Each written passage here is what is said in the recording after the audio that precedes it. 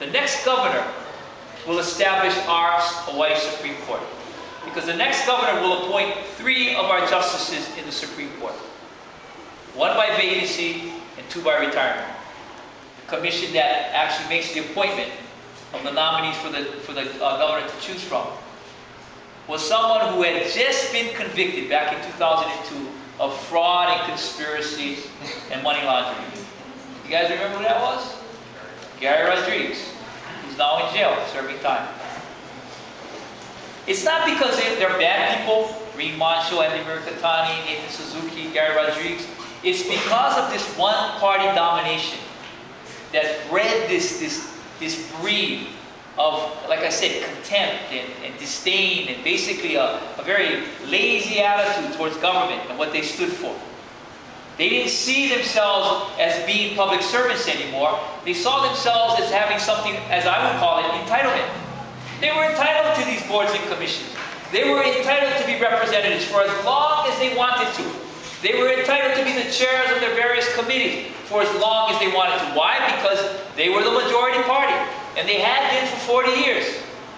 And so it didn't matter in their minds. The people of Hawaii saw that. The people of Hawaii elected us in 2002. Not so much because we were Republicans, but they wanted balance. I just had somebody interview me not too long ago, 3 months ago. He called himself liberal and loving. Liberal and loving. He was proud to be a Democrat, and the operative word right now for liberal Democrats is progressive. And he loved this fact that he was progressive. But he told me, you know what? I interviewed all 3 of you. He says, you're the best candidate. Don't tell anybody this. I'm not telling his name, okay, so I'm keeping it confidential. He said, don't tell anybody this, but I would vote for you simply because I want balance in government. We can't have this one-party domination. So balance in government. And Marian Higa is an employee of the legislature. She is the legislator's auditor. She is not an independent auditor.